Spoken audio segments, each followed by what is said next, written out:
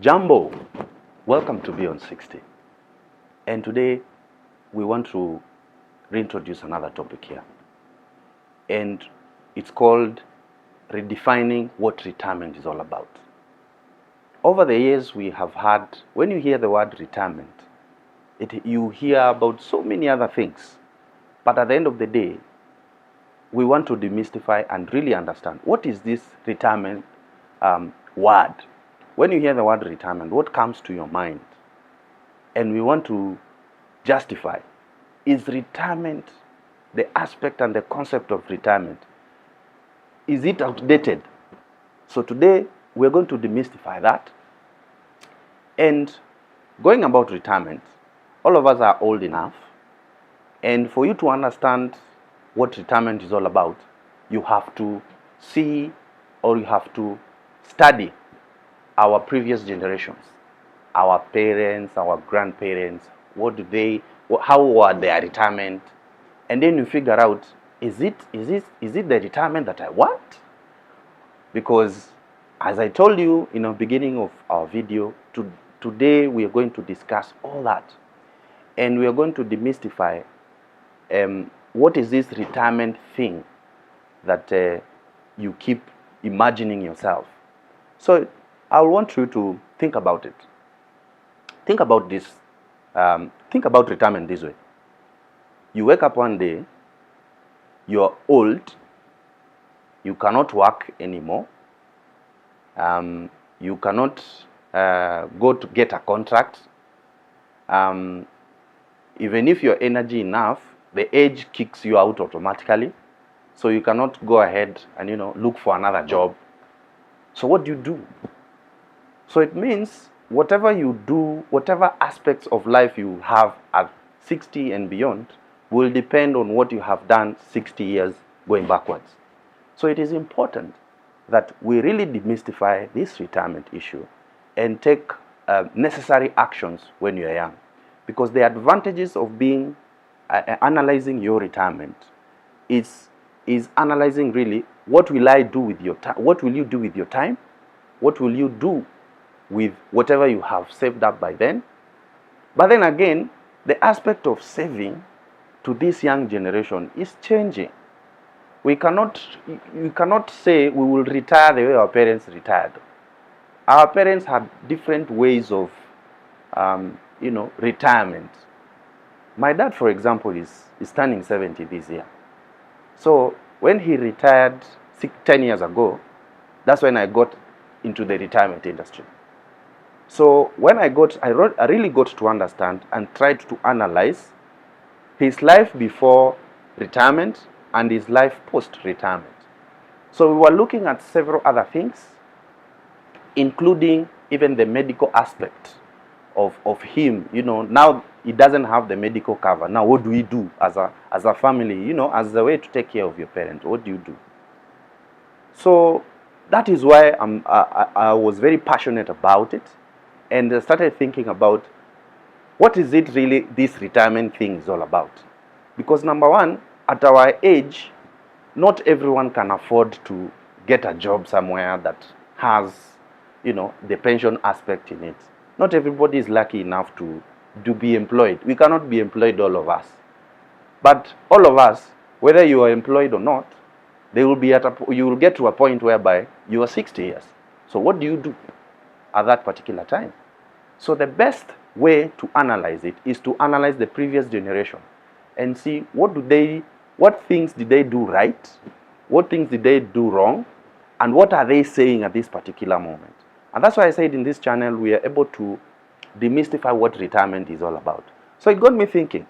So if not everyone can have something like a pension, for themselves, and everyone will get to 60 anyway. We all pray to God one day, when you wake up every day, you're like, oh God, please help me.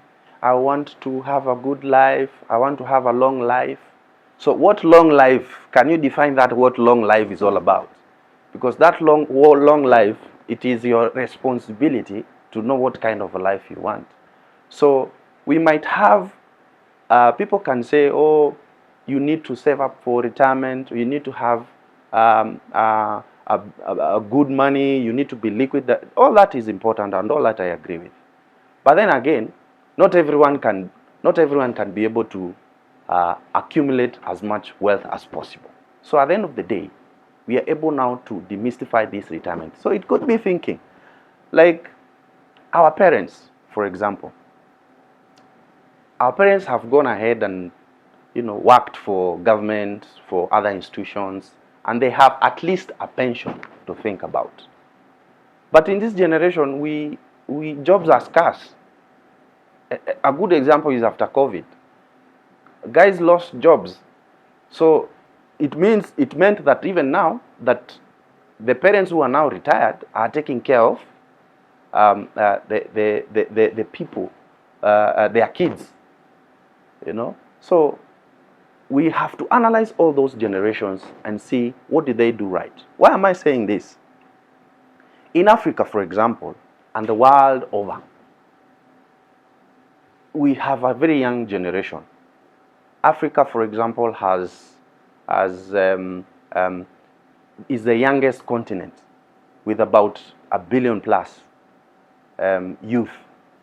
So it means in the next 20 years, we will be now retiring at that particular time.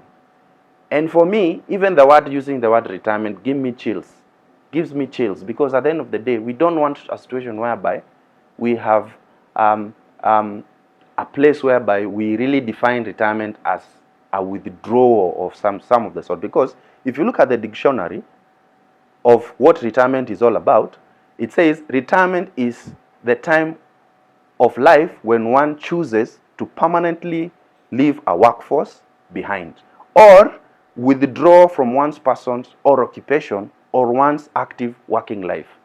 So does it mean now that you're retiring, you have withdrawn from life? To me, I think retirement is another phase of life.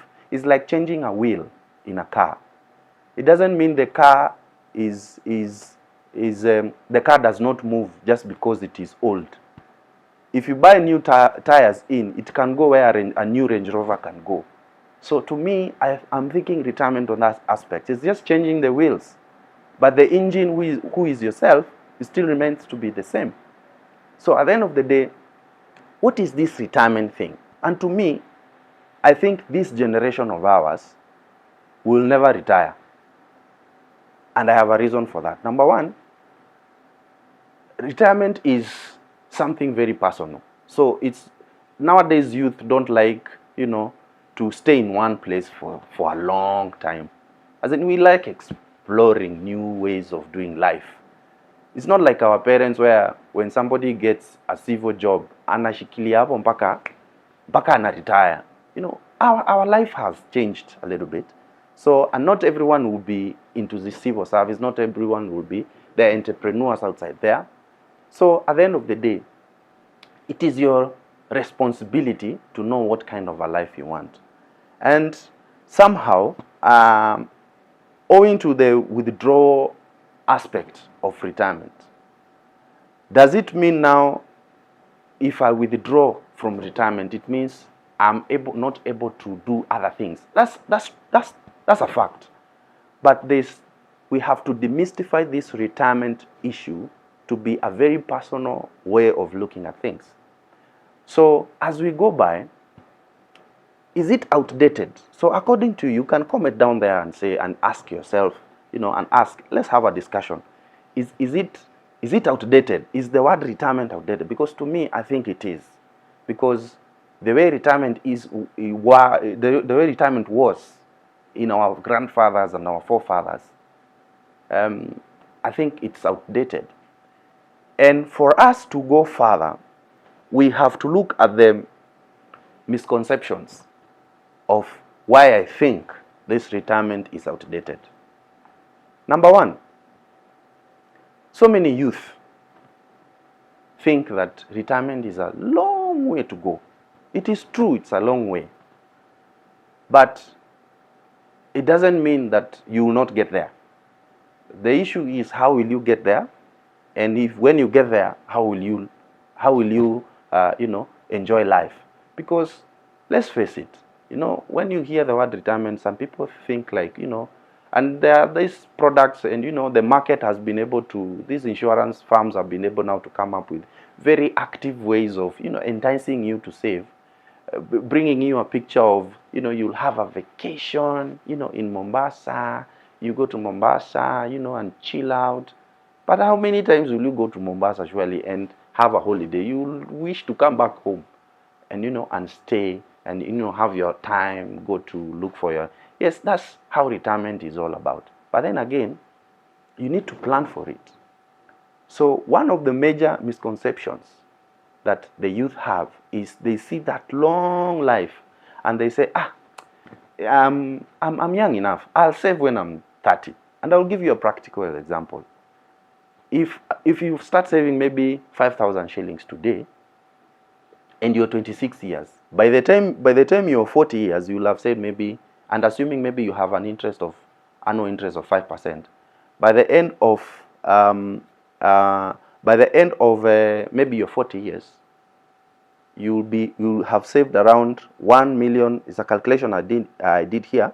Is 1 million, 1 million and something, around 1.1. And then assuming if you are 40, and then you start saving 30,000, because now you're capable of doing 30,000, you'll have, by the end you're reaching 60, you'll be at 11. No, by the time when you're 26 and then you start saving up to your 60, you'll find yourself, you have saved by the time you're 60 around 15 million.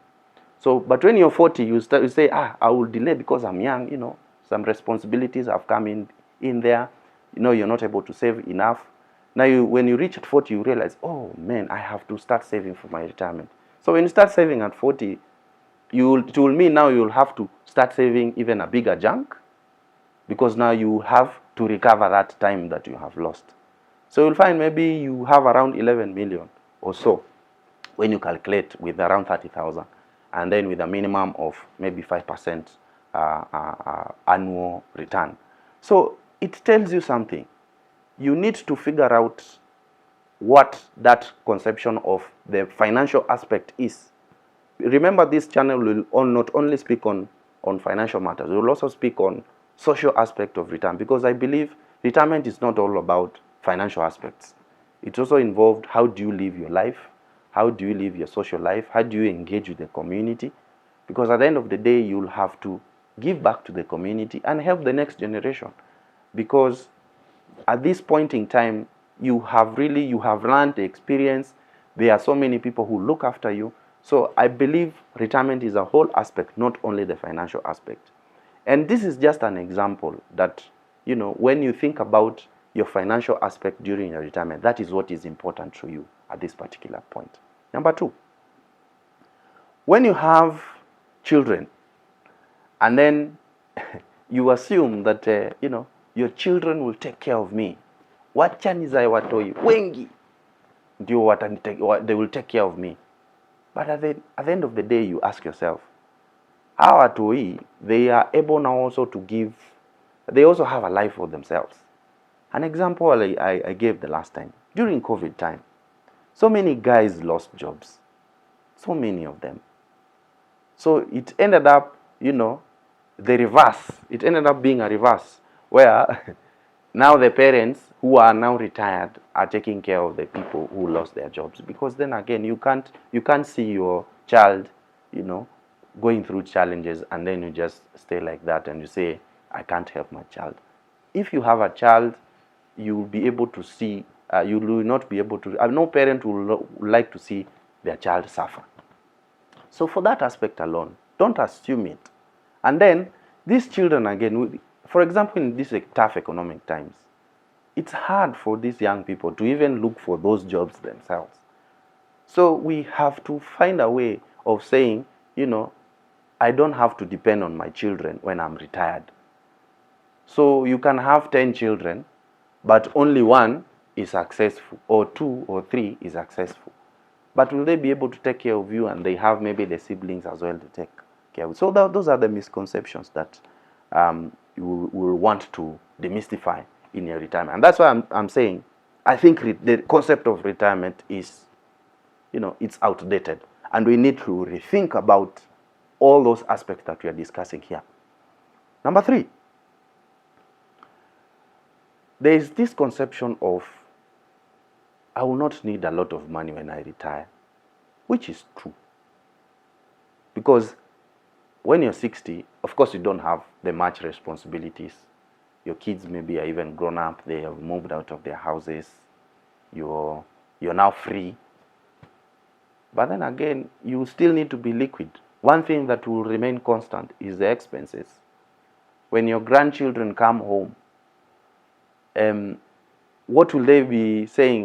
Unambia shosho, huka, nini? You know, you'll be able to find a way. You need to be liquid, because at the end of the day, you need to eat, you need to go places, you need to survive. You need to figure out what is it that you are able to think about at that particular time. So, of course, you will not need much, but then again, you still need money. So, you still need to have a lot. And then the aspect of inflation again.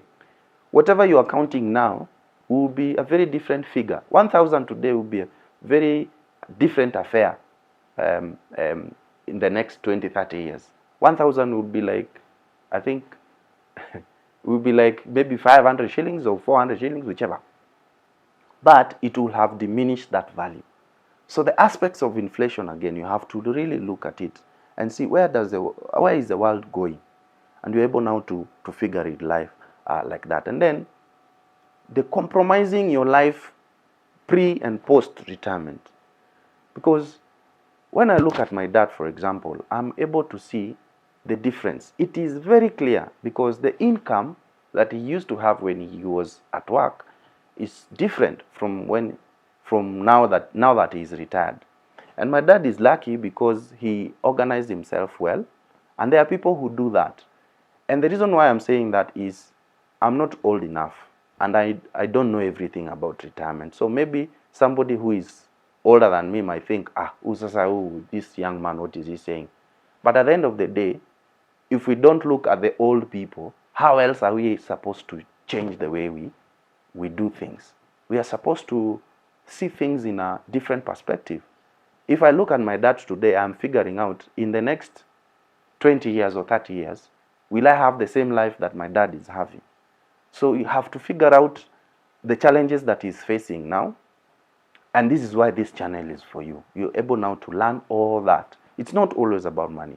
There are so many topics that we'll be able to touch that are not specifically on money, because personally, I believe retirement is not always about money. Money is important, and saving up is important, but it's not always about money.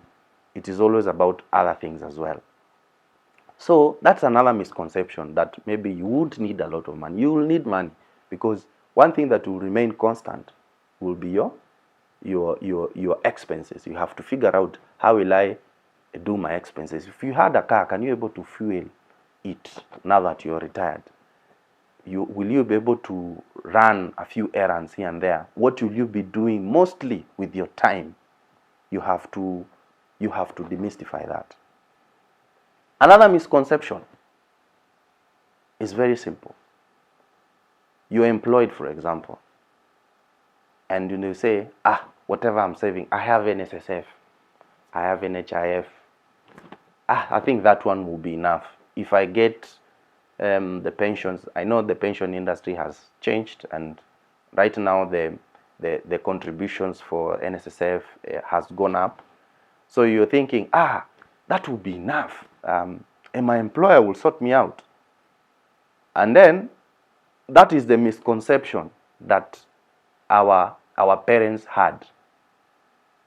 And when they reached a certain point, they realized, I am 50, I have done so many years of service, but I don't think this money I've saved so far will be enough.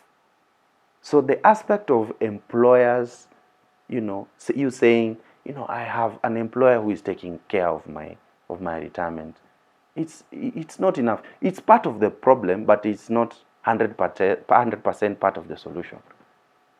How much do you think your retirement, your employer is able to keep for you? For example, I work for a scheme that deals mostly with county governments, and you find they do 12% of employee contributes 12%, then the employer contributes 15% of the same.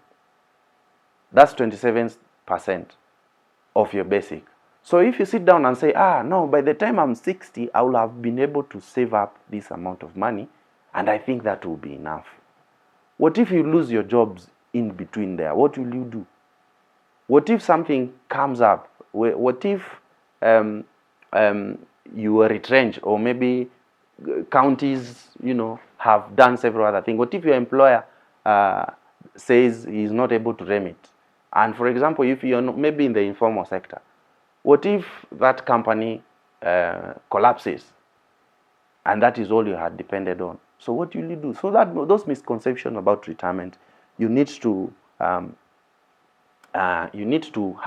demystify them. And then the pension industry, of course, has grown over the last years. And according to the Retirement Benefits Authority, who is a retirement regulator in Kenya, it has gone. Now we are doing, we are securing at least 22% of the total population. So it tells you, as much as people are employed, as much as people are having a situation by they're at least saving for their retirement, they still have a long way to go. We still have a whole almost 80% that is outside, not being catered for. What of those who are not employed? Where are they? Where is their pension? How will they secure their retirement? So there are also individual pension schemes that have come up. Of course, those in the informal sector, you can be able now to see. That's why I'm saying it is your personal responsibility to know what you do with your retirement. Don't just expect the employer will sort you out. It may be so, but is it enough? As I said before, and the reason why I've said it before, I want to look at our previous generations. Our previous generation is, okay, I'm talking about now my dad. I'm using my dad because I'm a young person, and maybe most of you might relate. We have parents who have already retired, who have been in the service for some time, or who have worked for some several number of years. But then again, the money they expected at that particular time is not what they are getting now. And of course, several other things have changed. The economy is different. And they will tell you, I wish I knew earlier that I would have started saving long time ago, so that at least I would have accumulated something that is tangible enough for me to be able to have a comfortable retirement. So don't expect your employer's contribution to be the only thing that you expect. Take that responsibility yourself and do something about it. Number 5, we are able now to think about, the life outside retirement. Your health issues, for example. And the reason why I'm telling you is very, very simple. When you get to 60, or when you get to your golden years, let me not even say in retirement anymore. We have decided retirement is outdated. So I'll start using from now henceforth, I'll start saying your golden years, because I believe those are your golden years. So in your golden years, one thing that you'll find also very, very important is how will you take care of your health? Because at the end of the day, there are some expenses that arise due to natural causes. Your body inafikaga tu mahali tu inachoka. And at 60, you find you're very prone. And then there are no products specifically there are products specifically to take care of the medical aspect of people who are older. But then they are very expensive. And the reason why I'm saying that is when my dad retired, it took us as the siblings, some time, to think about, so when he's sick or when he has something, a checkup to do or something, just to take care of the parent. I'm not saying you shouldn't take care of the parents. There is a blessing to it. But you also have to figure out to take care of them with a plan. Don't just say, I will have money at that particular. Have a plan. Because ikifika hapo hiyo time, because you also have a life to live. So where else can you be able to see things in a different perspective? So when my dad got to 60, we figure out he may need all these things to be able to, we'll be able to take care of him on the health aspect of life. And one thing we realized, we started looking for insurances that, that can be able to give us a better deal.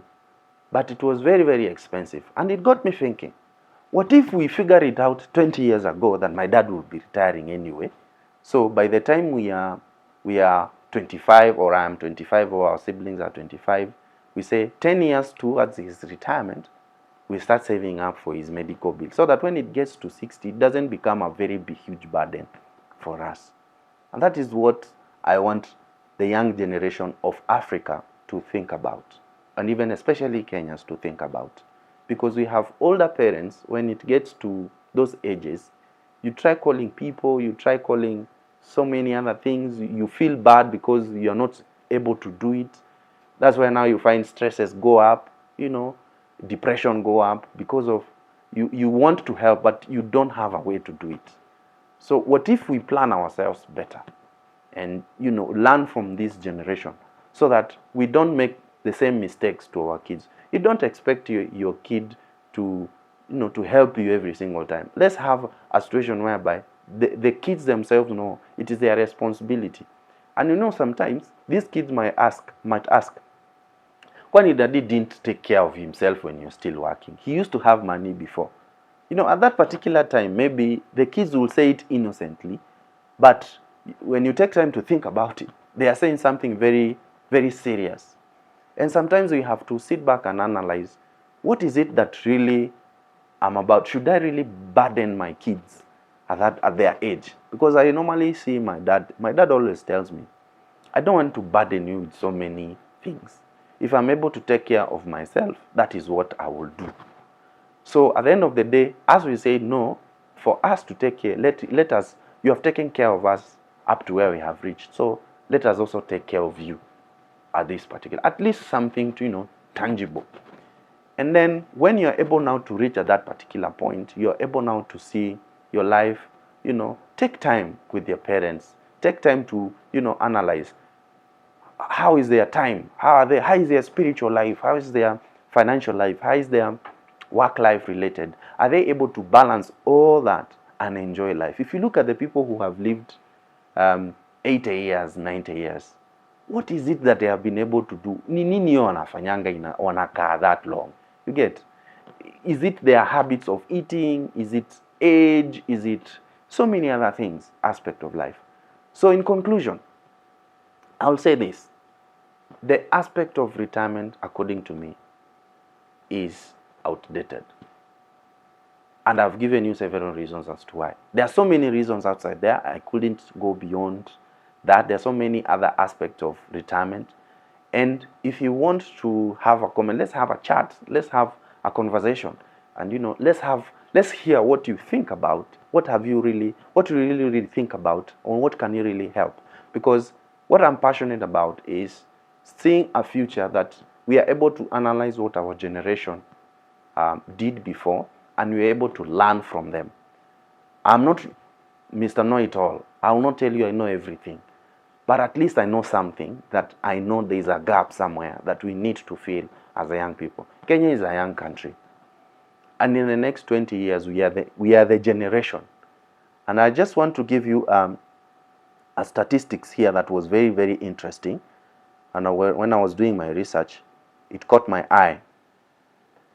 It says that each country, according to Help Age International, they say people over 60 and 80 represent the having a young population alongside increased life expectancy.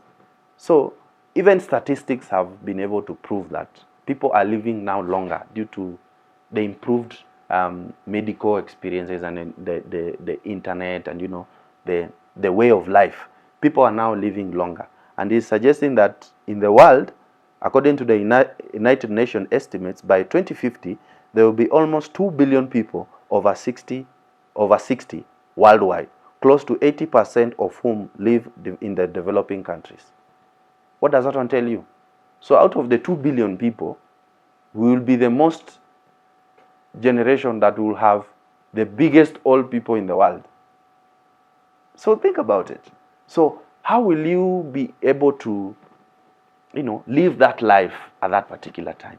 So at the end of the day, let's think about redefining that retirement. Don't think about just having a life, of relaxation. I've told you, if there's one generation that I know that will never retire, is this one. Because, for example, in the US, people want to work longer. Why? Because when they look at the years they have worked, they assumed I was telling you before, they assume that the government will take care of them. But now these pension funds and with these economic crunches that have come in 2008 and now in 2020, you can be able to see. And I was doing some little bit statistics on that, and I realized in 2008 there was a crunch. 10 or 12 years before 2008, there was also a crunch. If you look at 2008 and 2020, it's almost 12 years again. So again, there's a way you look at the world trends and you can be able to see that, the next crunch will be, how will it be? How will you be able to grow towards it? Because I can tell you, when that time comes, when there's always a financial crunch, there's always two things that will happen. There are those people who will develop, and there are those people who will go down, definitely. So you choose where you want to be depending on what you will be at that particular time. So as you figure out, I believe, for me personally, I don't intend to retire. Why should I withdraw from life? There's a lot of things to explore outside there. People have started businesses even at their 60s, even at their 60s, and they're still flourishing. At the end of the day, we have to figure it out. What do we leave for your generation? If maybe you look at your parents, and maybe they didn't have a situation whereby they were never employed, they were not lucky to get employed. So what have they left you with? So at the end of the day, we have to figure it out, how we live our life towards retirement. In the next video, we are going now to demystify what the social aspects and what the retirement industry in Kenya is all about. And we're able to see what are the challenges that are facing, why are people not saving for their retirement, what can be done differently, what are the products in the markets that are there to be able now to help you. And there are so many things, and you'll be thinking, oh man, this is another insurance guy trying to sell me something. But remember, it's not always about money. I don't want to be in a situation whereby I'm pushing you to save up more. It is important, yes, but that's not really my goal here. When you look at the whole aspect of it, financial is very important, but I also look at other things as well.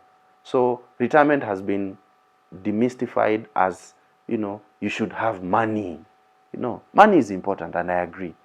But the social aspect of it, of how you spend your time, how you spend with your children, what is the cultural way, how do you give back to the community, that is also important to think about. So as you think on your journey ahead, let's think through it, and let's redefine your retirement as we go by. Thank you. See you in the next video. God bless.